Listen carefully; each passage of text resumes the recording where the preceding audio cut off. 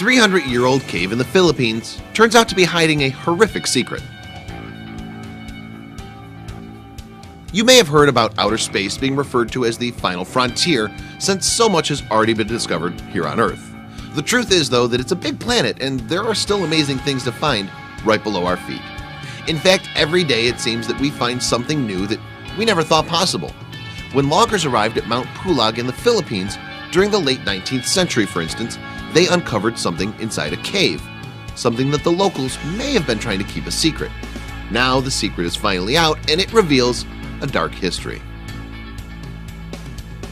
When a team of loggers arrived at the massive and mysterious Mount Pulag, located in a large and beautiful jungle in the Philippines during the late 19th century, they found a series of mysterious caves waiting for them. These caves still remain intact today, but as lovely as they may appear, there's truly something unsettling about them. One could say that the sea of clouds floating around the mountain where they were located serve as a clue to the eeriness to come. Each and every one of the caves is only accessible through narrow winding paths and rickety footbridges alongside the mountain. In a lot of ways it seems like something out of an Indiana Jones film. Once brave explorers step inside the enigmatic caves, they'll uncover something truly creepy.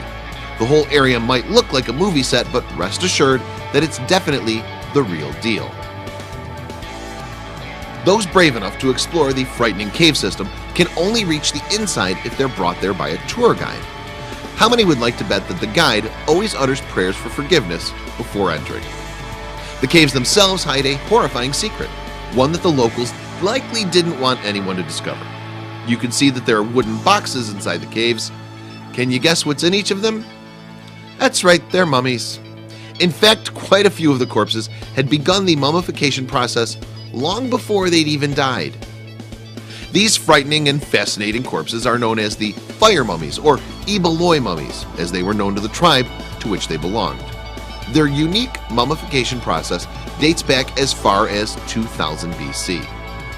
In this process, when it was becoming increasingly clear that an individual was approaching death, the person who was dying would drink an extremely salty beverage. This would subsequently begin the mummification process. After the ailing individual died, they would be washed, put into a seated position, and then placed above a flame. This process was practiced in such a way so that the corpse would dry out instead of becoming cremated and burning into ash. Other members of the tribe would additionally contribute to the ritual by blowing tobacco smoke into the deceased tribe member's mouth, which they believed would help their lost loved ones' insides dry out more quickly. The entire process took several weeks to complete. That may seem like an unusually long time to work with a dead body, but being that this was such an important ritual in the society, it had to be done with great care. Each one of the bodies was fully mummified, and the corpse was as dried out as it could possibly be. Members of the tribe would curl it up so that it took up as little space as possible. The mummy would then be tucked into a wooden box. Families were buried together, but single people were buried along. The Ibaloy people put this practice to an end sometime in the 1500s, after Christian explorers arrived from Spain and imposed their own religious and burial practices. That's probably why the caves remained untouched for centuries. Nearly 300 years later, that group of loggers moved into the area and discovered the mummies inside, but unfortunately they didn't always respect the remains the way that they should have. Eventually, the caves and all of their contents inside of them were named a National Cultural Treasure by the government of the Philippines. Thank goodness they were, because these artifacts are too fascinating and too significant to lose. Unfortunately, this didn't stop vandals from sneaking onto the site and stealing some of the mummies, many of which were sold on the black market. This presented major problems for scientists and historians who were hoping to study the caves.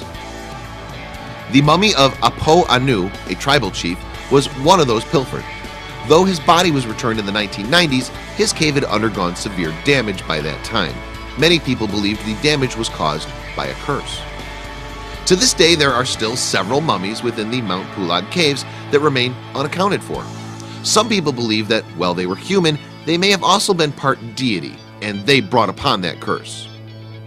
Similarly, many people are still trying to keep the exact location of the cave a secret from the general public. It's largely to avoid any further disturbances of the nearly 80 remaining mummies. The caves are now considered a World Heritage Site by the United Nations Educational, Scientific, and Cultural Organization, that's UNESCO, and many of the descendants of the mummies still visit to perform rituals. Curious travelers can do so as well, provided they find the right tour guide, and if they're brave enough. Such a fascinating history.